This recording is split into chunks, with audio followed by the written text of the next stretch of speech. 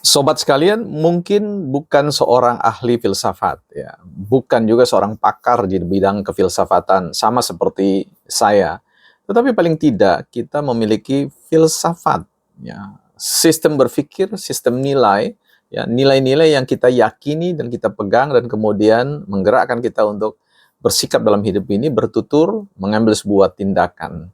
Itu yang disebut dengan filsafat. Ya.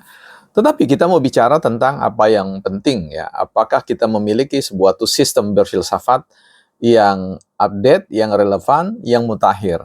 Kita akan berbicara dengan meminjam perspektif, ya, filsafat Lapuk Rocky Gerung di Bukan Ahli Filsafat.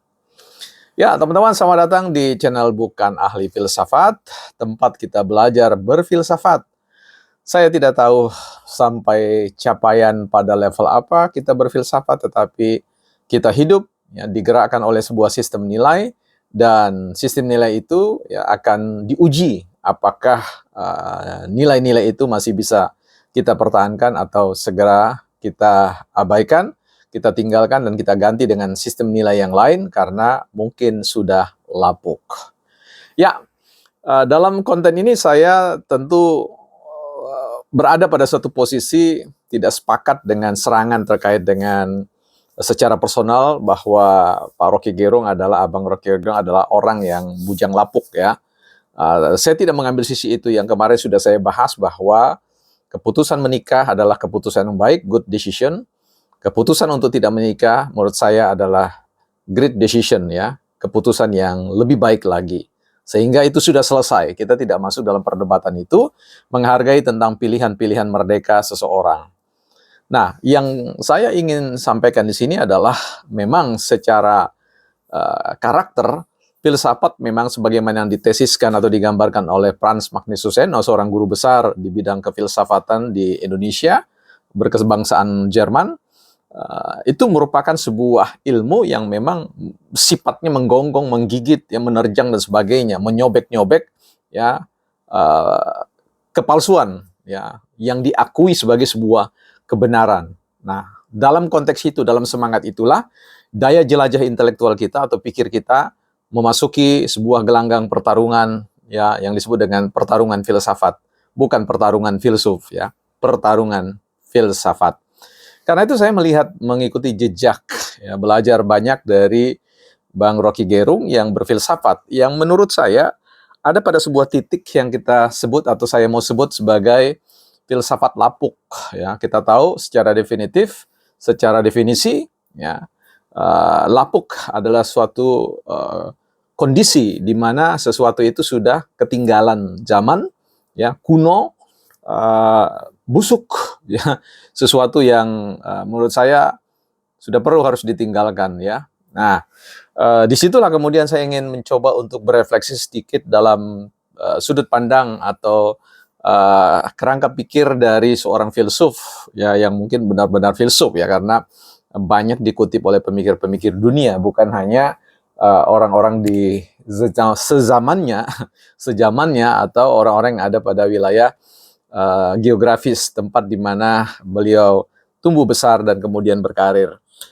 Bertrand Russell, ya, kita kenal sebagai seorang filsuf yang menyampaikan hal ini untuk mengkritik para filsuf, para mereka-mereka yang beraktivitas berfilsafat dengan selalu mengagung-agungkan filsuf-filsuf masa lalu, ya, filsuf-filsuf yang selalu membasiskan dirinya pada sebuah upaya pencarian kebenaran dengan melakukan omon-omon, ya, gitu, ya, artinya diskursus, ya, dialektika, ya, yang selama ini menjadi sebuah model yang bertebaran dalam referensi-referensi filsafat. Ini yang kemudian dikritik oleh Bertrand Russell bahwa filsafat seperti itu adalah filsafat yang dikatakan filsafat yang sudah usang, filsafat yang sudah sengkot. Dalam diksi yang saya sampaikan adalah filsafat lapuk, ya.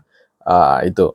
Jadi di mana konteks kelapukannya itu, bahwa berfilsafat dalam konteks sekarang ini perlu membasiskan diri pada apa yang disebut dengan pendekatan saintifik, ya. Sains menjadikan filsafat berada pada satu posisi sign quote lapuk, ya. Artinya ketika orang berfilsafat dan kemudian mengabaikan sebuah capaian dalam konteks berfilsafat, dalam evolusi berfilsafat ini, maka dia akan terjebak dalam sebuah perangkap yang namanya berfilsafat secara lapuk, ya. Ini bisa ditambahkan dalam konteks bagaimana Bertrand Russell mengatakan bahwa orang yang ingin berfilsafat, yang logikanya tumbuh, yang bertumbuh dengan baik, itu adalah mereka-mereka yang mempelajari sains, yang mempelajari hal-hal yang sifatnya matematik, ya, sesuatu yang metode yang terukur, ilmiah, ya, berbasis pada fakta dan sebagainya.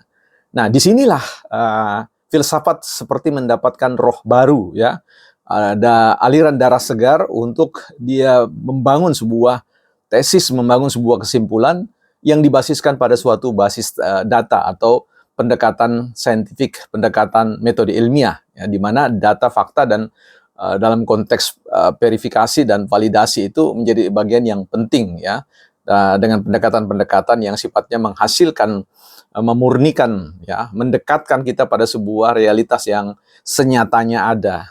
Bukan dalam konteks yang sepertinya kita imajinasikan saja dengan gaya berfilsafat yang seringkali ditunjukkan oleh Rocky Gerung dan teman-teman yang sealiran dengan hal itu. Tentu kita tidak mengeneralisir bahwa semuanya keliru, tetapi secara rata-rata dalam berbagai pendekatan-pendekatan yang kalau teman-teman ingat dalam diskusi terbuka antara Rocky Gerung dengan profesor atau rektor di Universitas Balikpapan, di situ kelihatan bahwa rektor di Universitas Balikpapan itu memakai pendekatan yang dikatakan oleh Bertrand Russell terkait dengan bagaimana pendekatan saintifik, ya, pendekatan metode ilmiah, di mana segala sesuatunya itu harus diverifikasi dengan persoalan data, ya, secara faktual, secara by empiris. Nah, di situ yang kemudian teman-teman kita lihat bagaimana selama ini Bang Rocky Gerung hadir dalam konteks filsafat lapuknya, ya, filsafat lapuknya usang, yang menurut saya ketinggalan secara metodologis, dan metodologisnya kekeliruannya di mana, kelemahannya di mana, kelapukannya di mana, ya, selalu membangun sebuah tesis, argumentasi, pernyataan yang tidak terkonfirmasi, yang tidak tervalidasi secara faktual ketika mengkritik kebijakan-kebijakan Pak Jokowi, ya. Jadi yang disajikan kepada kita bukanlah sebuah angka-angka, bukanlah sebuah hasil dari realitas implementasi kebijakan di lapangan dan termasuk bagaimana impact atau evaluasi dari kebijakan itu. Disitulah kemudian kita bisa mengenali pendekatan yang dilakukan oleh Bang Rocky Gerung, ya, masuk dalam sebuah frame diksional yang saya sampaikan adalah filsafat lapuk, ya. Jadi saya ingin mengkerangkai perjalanan berfilsafatnya Bang Rocky Gerung itu dalam kerangka filsafat lapuk beliau, ya. Artinya ketika mengkritik pemerintah, mengkritik kekuasaan, mengkritik kebijakan yang basis datanya tidak valid, itu sebuah kategori yang memenuhi suatu atribut yang kita sebut sebagai filsafat lapuk.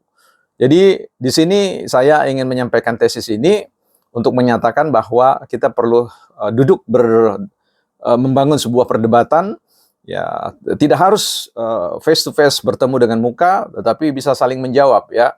Tapi saya kira saya bukan ahli filsafat sehingga Bang Rocky Gerung tidak usah harus turun gunung untuk menghadapi gonggongan, ya, gonggongan ini. Saya kira ini sebuah ruang dialektika saja yang teman-teman perlu kita masuki. Sekali lagi, secara umum bisa saja atau bagian-bagian tertentu ada banyak kesalahan-kesalahan, ada kelapukan-kelapukan dalam cara saya berfilsafat, ya. Tetapi itulah, ya, realitas yang mungkin akan diujikan. Coba disodorkan ke ruang publik, benarkah filsafat Rocky Gerung itu lapuk, atau mungkin filsafat saya yang lapuk, atau bahkan filsafat Bertrand Russell yang lapuk. Bukan ahli filsafat.